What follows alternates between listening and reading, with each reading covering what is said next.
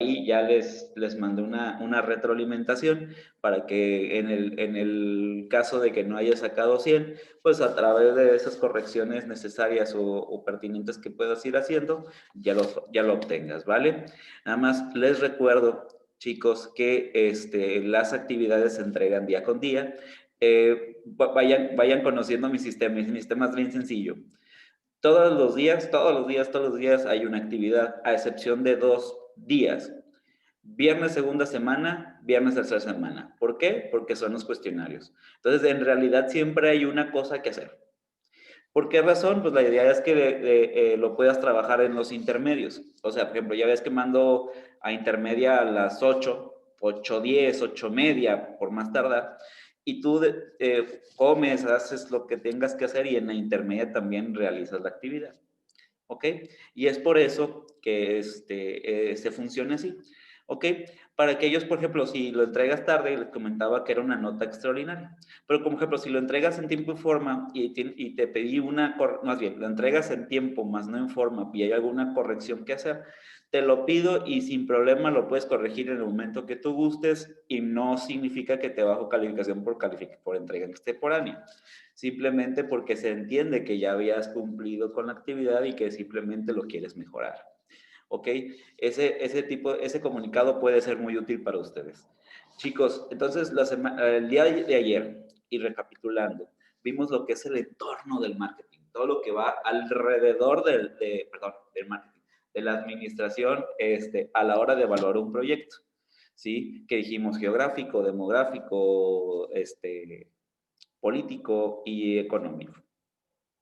El día de hoy quiero centrar mi charla, chicos, en una charla y porque sería entre las dos partes, entre dos temas bien interesantes alrededor de esto. Uno, a lo mejor es nuevo para ustedes, pero ya que lo vayan escuchando les va a ir haciendo cada vez más sentido, que es la ley de la difusión de la innovación. Y el dos, creo que entre más lo toquemos van a sentir que toda su vida les han vendido de cosas diferentes, que es detección de necesidades. Cuando hablo de detección de necesidades me meto incluso en la psicología del consumidor. ¿Sabías tú que de alguna manera u otra nos han vendido toda nuestra vida a través de psicología del consumidor? Entonces, si todo sale bien, el día de mañana o el día pasado, ya te vas a dar cuenta y ya no vas a caer en las mismas tretas de algunas compañías para venderte cosas. ¿Sí? Entonces, o seas tú, el día de mañana, el que tú ofrezcas esas tretas. Muy bien. Entonces, la ley de la difusión de la innovación, chicos. La ley de la difusión de la innovación es lo que trata es de cómo funciona cualquier innovación o cualquier producto, cualquier servicio que se lanza al mercado. ¿Sí? Resulta de ser que, aunque queramos, aunque seamos un muy buen producto, muy normalmente, si es muy cambiante o muy innovador tu producto, vaya, por ejemplo, si a Aldo se le ocurre una mermelada de fresa con vino, ¿sí? O algo por el estilo, que el mercado o el entorno en donde esté no esté acostumbrado, se le puede denominar innovación. Por ejemplo, la mermelada de vino no es algo nuevo. Se utiliza en Holanda, se utiliza en países nórdicos, pero aquí no. Y para aquí sería nuevo, ¿sí? Pero para cuando algo nuevo en un entorno existe, pasa cierto tiempo.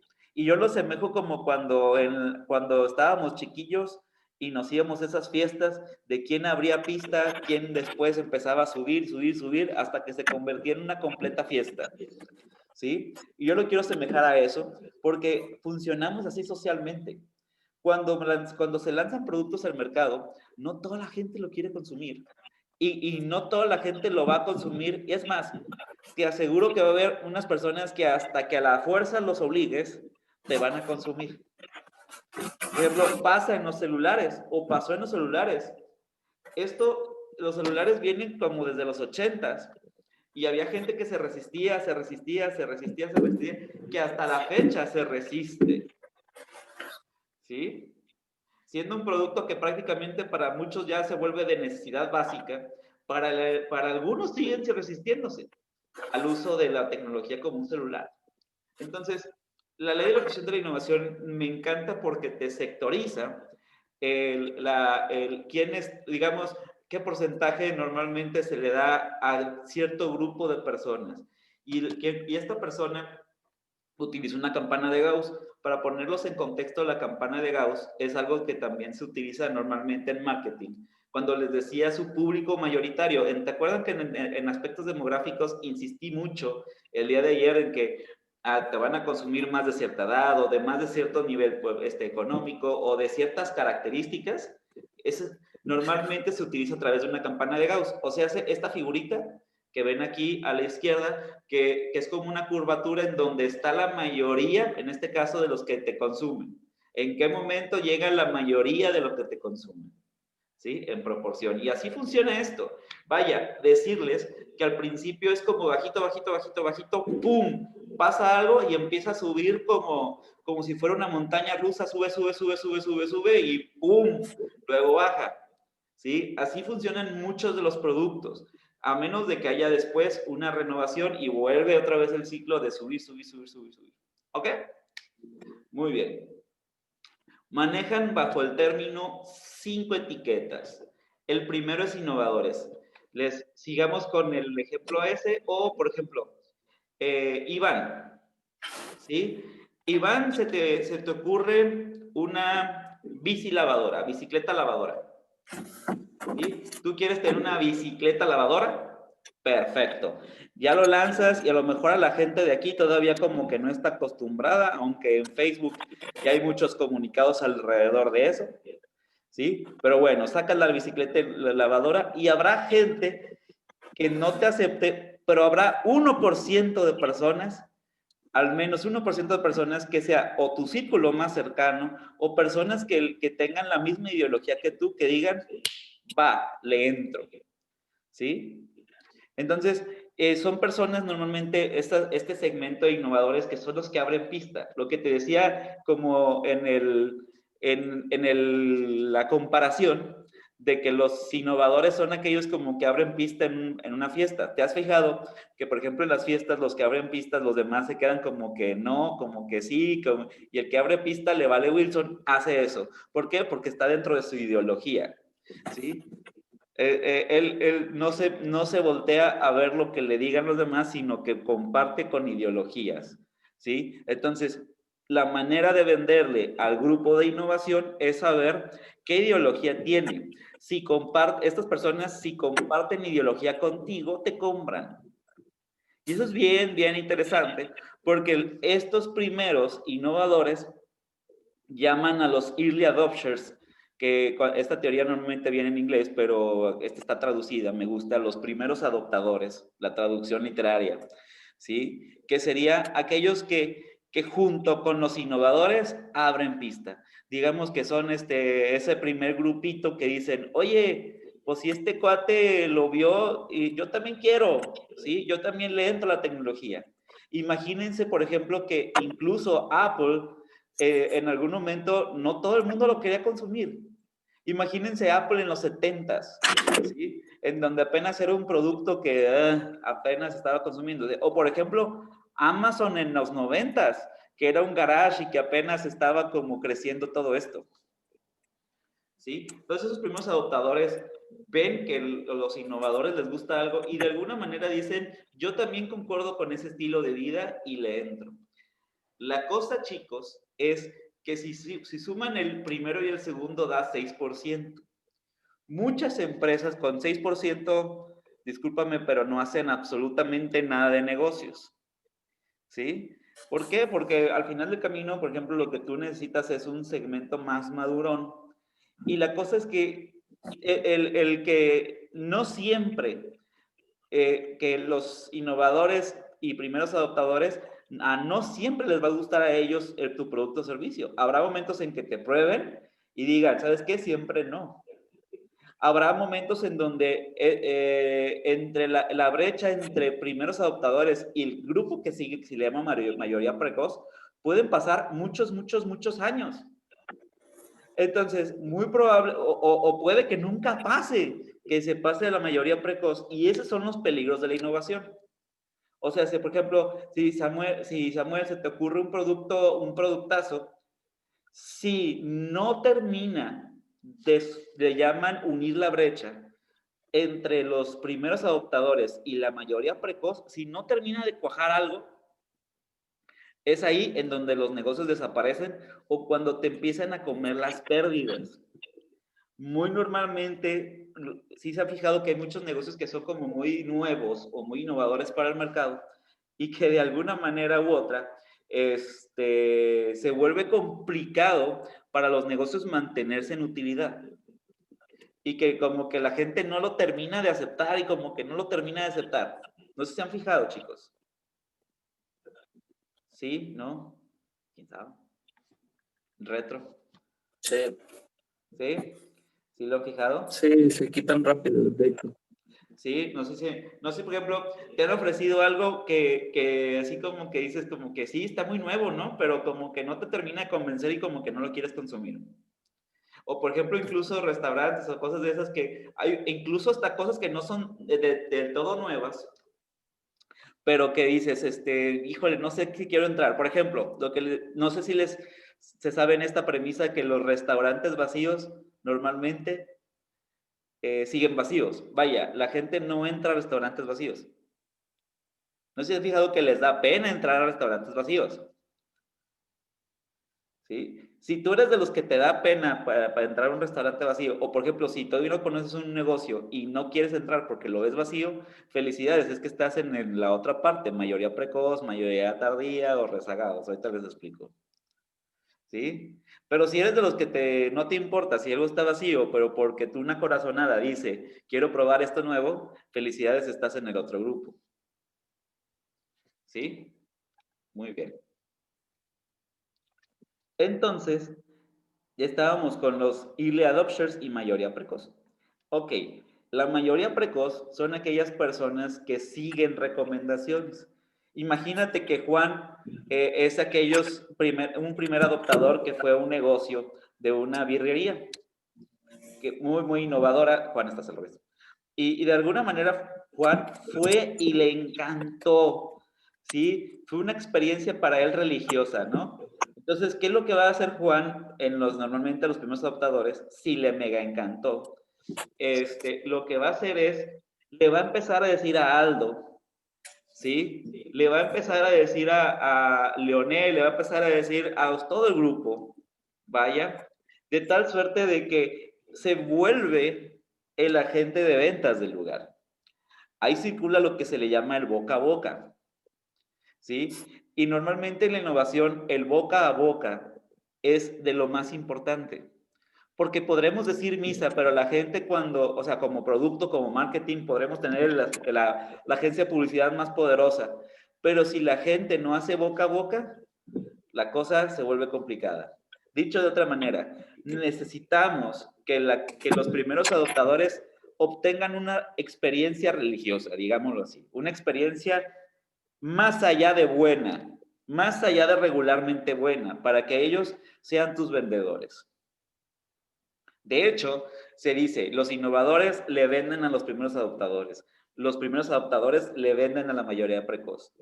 Y aquella mayoría precoz es un 24%, ya se vuelve atractivo. Ya en el momento que estás en mayoría precoz, significa que ya tienes el 30% de consumidor, de posibilidad de consumidores, lo cual es un número fabuloso. Ya a nivel negocio se vuelve fabuloso. Ahí es cuando se vuelve negocio.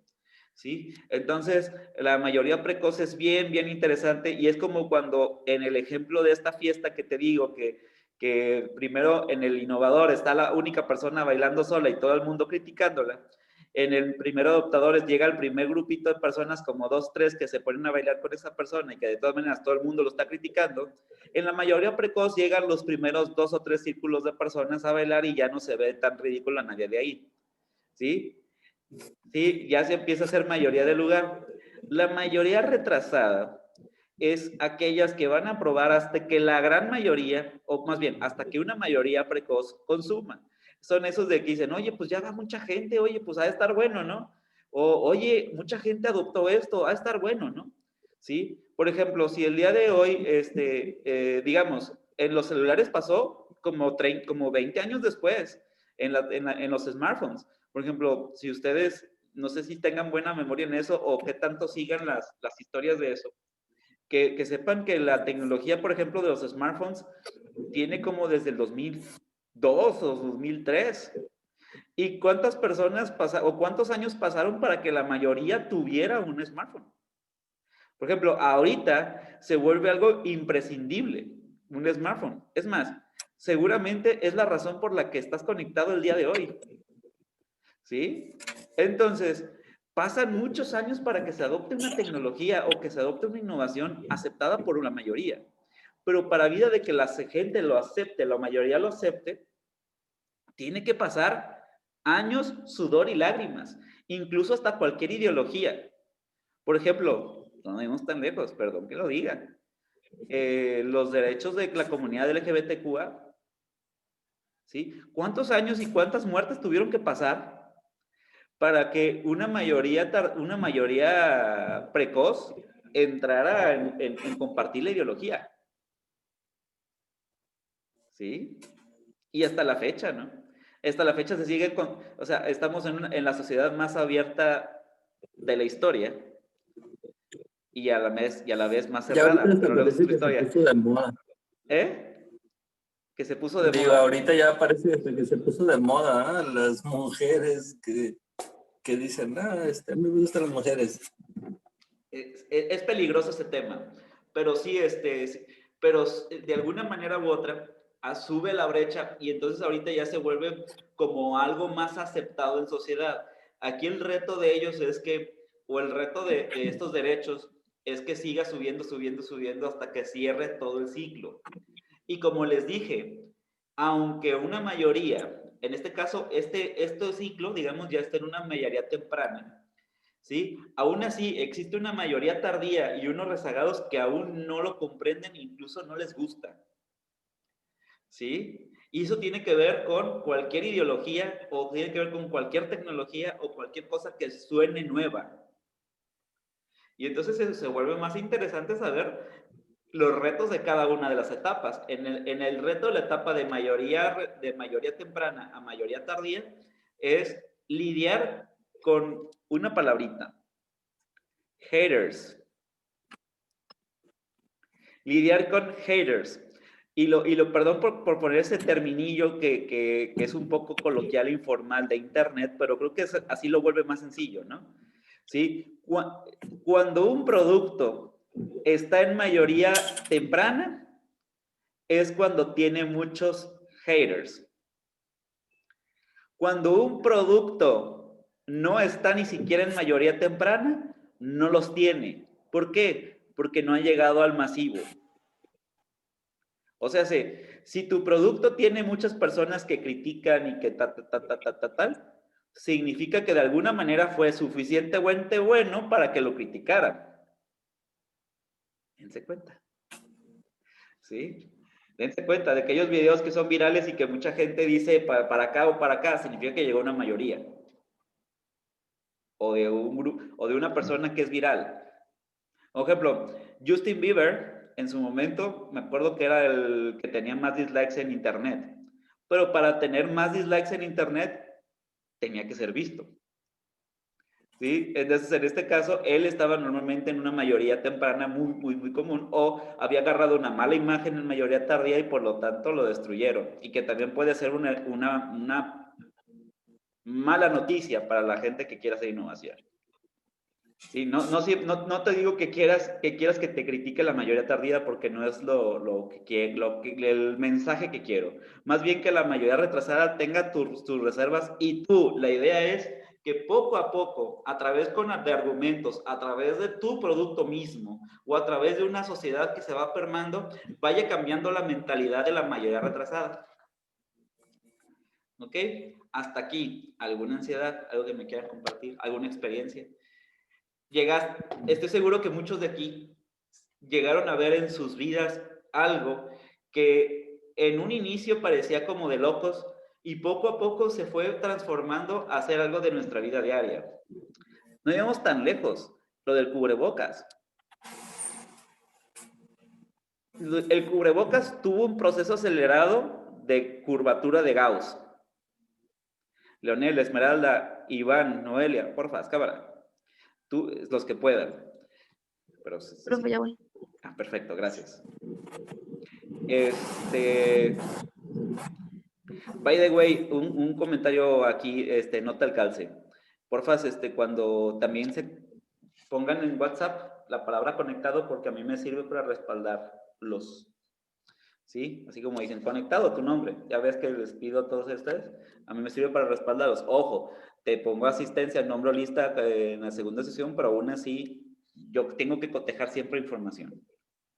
Y aparte es algo de mi gusto. Me gusta cotejar información. Entonces, vaya, sigamos. ¿Viste evolucionar algo? Como es el cubrebocas. ¿Sí? ¿Viste evolucionar eso? ¿Sí? ¿Viste cómo empezó primero de locos cuando lo viste en enero o en diciembre? Que dijiste, ay, esto es de locos, ¿cómo que vamos a usar esto? Y como que no lo terminamos de asimilar muchos. Y de repente, pum, pum, pum, pum, pum, pum, se volvió como pan de cada día y ahora a muchos se les hace extraño no tenerlo. ¿Sí? Y aún así siguen personas que están en contra de. Significa que está en etapa de mayoría tardía. El rezagado es aquella persona antisistema o anti-innovación, digámoslo así, de la cosa que ofreces, que va a despotricar, se va a quejar, muy probablemente no lo quiera tener, va a estar con toda la energía negativa que se te ocurra, pero lo va a terminar usando. Ejemplo, no sé si te acuerdas de aquel tío, de aquel primo mayor, etcétera, etcétera, etcétera, que por ejemplo en el celular no lo quería usar. O que dice, es que yo no le entiendo estas cosas y prefiero usar esos de botoncitos y como que muy, muy, muy a fuerza lo obligaste a tener celular. ¿Sí? Si has tenido ese caso o ha sido ese caso, felicidades. En la ley de la difusión de la innovación en el celular, estás en esa categoría. O digamos, esa teoría te puso en esa categoría. ¿Sí? Que significa que me opongo a la tecnología hasta que sea inevitable usarla. ¿Sí? Y es un porcentaje relativamente grande de población. Estoy pensando que son alrededor de 24%. Si tu tecnología llega a sobrepasar la etapa de demorados, felicidades, te volviste algo indiscutiblemente, ¿cómo te puedo decir? Esencial en la sociedad. O sea, si todo el grupo social tiene que usarte como el papel del baño, felicidades, es que te volviste algo esencial de la sociedad. Cerraste el ciclo. Ojo, para cerrar el ciclo ya se fijaron que no es fácil. De hecho, muchas veces uno dice, con que tenga el 30 al 40% del mercado, estás pero si bien contento. ¿Sí? Es decir, del universo que me puede consumir, estar en el 30-40%, por ejemplo, muchos de los mercados son de millones y millones de pesos. Y si, por ejemplo, tú tienes una rebanada de ese pastel, porque aparte llega el hecho de que tienes competencia, que nunca estás solo, ¿sí? El hecho de que mucha gente va a querer ese mismo rebanada de pastel de la innovación, pues se vuelve algo complejo, ¿no? Por ejemplo, ¿qué tal si el mercado, por ejemplo, no sé, quiero vender, a ver, algo súper nuevo que llegué a ver. Ya, la otra vez vi almohadillas con vibración alfa para que puedas dormir tranquilo. Y dices, ok, ese mercado está interesante, tiene cierta innovación y todo eso. Ves que el mercado es de 100 millones de pesos al año. Ah, formidable, qué bueno, pero de repente tienes 20, 30 competencias. Entonces, si lo divides y si todos fueran equitativos, te tocaría como de 2 millones y también sería formidable. Pero también pero vaya, no es así esto, va a haber un jale y estire. Y entonces, es algo complejo hacer números, pero normalmente pido que, por ejemplo, si en un futuro haces números, recuerdas la ley de la difusión de innovación y recuerdes qué tan temprano está tu tipo de producto o qué tan aceptado está tu tipo de producto. ¿Sí? Por ejemplo, si son tacos, si es el sector de tacos, pues el sector de tacos ya está súper conocido. pero muy probablemente con un pequeñito cambio ya no sea como los tacos que totalmente te ubiquen. Por ejemplo, imagínate, Leonel, que te quiero vender tacos veganos. ¿Like o dislike?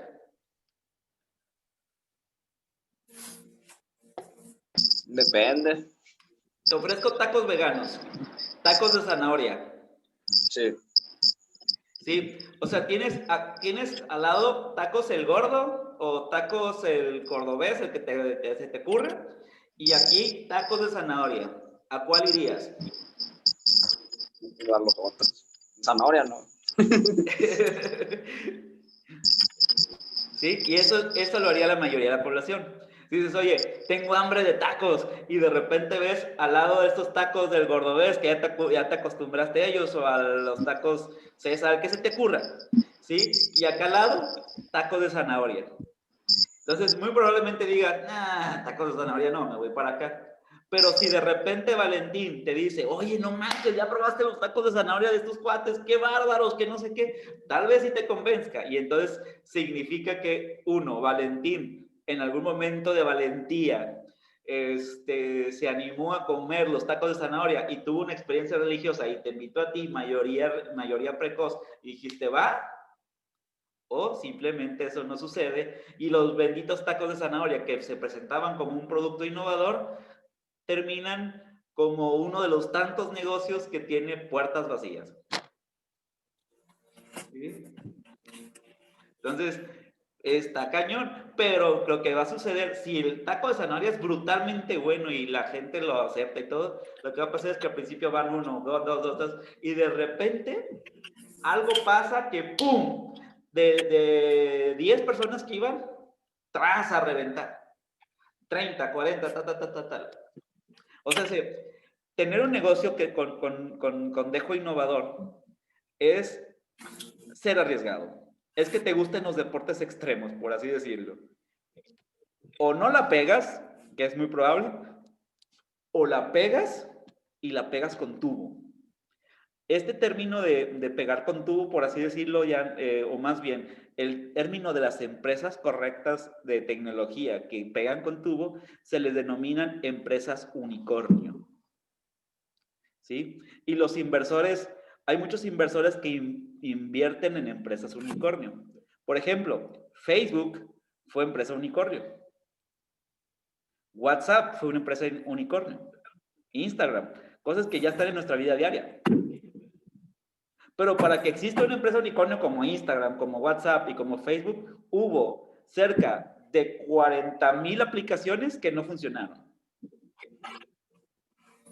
No se me debe entender. Y me estoy yendo corto con el número de miles. ¿Sí? Entonces, en la empresa unicornio se le llama algo extremadamente difícil de que sea exitoso, pero cuando es exitoso es 10,000 veces más exitoso que el resto. ¿Sí? Imagínate si tú en el 2000, tuvieras la capacidad de pagar acciones de Facebook, ¿cuánto dinero tendrías ahorita? ¿Sí? Por ejemplo, si Facebook te decía que una acción estaba, ¿qué? ¿En 30 centavos de dólar? ¿Y ahorita cuánto puede llegar a costar una acción de Facebook? Entonces, así funciona esto. Muy bien. Ok. Si no, ¿hay algo que me quieran compartir? ¿Alguna innovación que quieran ver por dónde va la campana? ¿Sí? Todas las cosas que ustedes ubiquen pasan por esta campana, digámoslo así, campana teórica para vida de funcionar. Entonces, si tú llegas alguna vez a tener alguna idea que te consideres demasiado nueva, estate a la posibilidad de que ese proceso pase. ¿Sí? De que primero te sientas, oye, pero ¿por qué no me aceptan? Oye, pero ¿por qué esto? Oye, ¿por qué uno? Y después, oye, ¿qué hago con tantos clientes? Oye, ¿qué hago? Sí, bueno, muy bien. Ese es el primer tema que quiero compartirles el día de hoy. Y el segundo tema del día de hoy es la detección de necesidades. Recuerden, el día de ayer estuvimos viendo el entorno, pero, y ahorita estuvimos viendo esta esta campana de Gauss cuando estábamos hablando de que ya me fijé en qué lugar quiero estar y también saber, pues que va a tardar en aceptarme en toda la sociedad de ese lugar. Ok, pero también saber que como humanos funcionamos por necesidades, ¿sí? Y ayer lo estuvimos tocando un poquito, pero no profundizando. Existe este cuate, Abraham Maslow, que fue un antes y después en la detección de necesidades. No sé si alguno de ustedes alguna vez escuchó sobre la pirámide de Maslow. No. ¿Es primera vez? Súper bien. Este cuate lo que decía es que si tú no tienes cubierta una necesidad, no puedes subir en el escalafón de necesidades. Vaya, pongámonos aquí abajito. Decía, oye, imagínate que quieres vender un curso de superación. Ah, súper bien, el curso de superación está aquí en reconocimiento, confianza, etc. Oye, pero resulta ser que quieres ir a una comunidad tan económicamente molida que no han comido en semanas. ¿Cómo le puedes vender un curso de superación a alguien que no ha comido, que tiene el estómago vacío y está en supervivencia?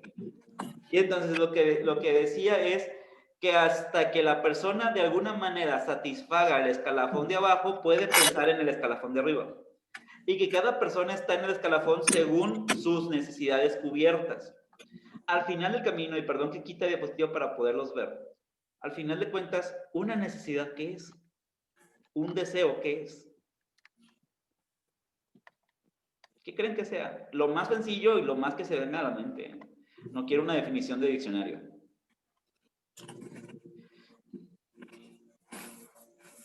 ¿Una necesidad qué es?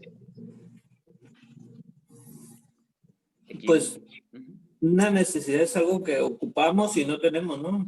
Exacto, exacto, es lo que quería. Perfecto. Una necesidad, deseo o anhelo es aquella cosa que aún no tienes. Por eso lo deseas. Si lo tuvieras a la mano, no lo desearías.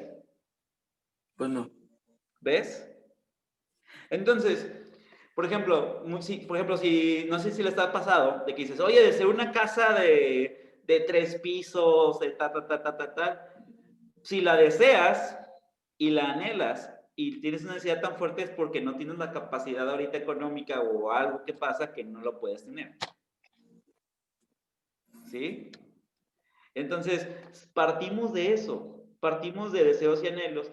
Y lo que dice Maslow y que se me hace bien interesante es cómo puedes ofrecer algo que esté tan arriba en el escalafón si la persona no ha podido a través de sus capacidades o a través de lo que tiene a la mano resolver cosas de su escalafón. Por ejemplo, si tú tienes una semana de no comer, te lo juro que lo único que vas a pensar es en comida. Si tuvieras 3, 4 días de no tomar agua, en lo único que vas a pensar es en agua. ¿Sí? Cuando hablo de sexo no hablo de relaciones sexuales aquí en las necesidades básicas, sino de sexualidad como identidad de género. ¿Sí? Por ejemplo, si tú no tienes identificado tu género o no se te reconoce tu género, lo primerito que vas a estar pensando es, quiero que me reconozcan mi género.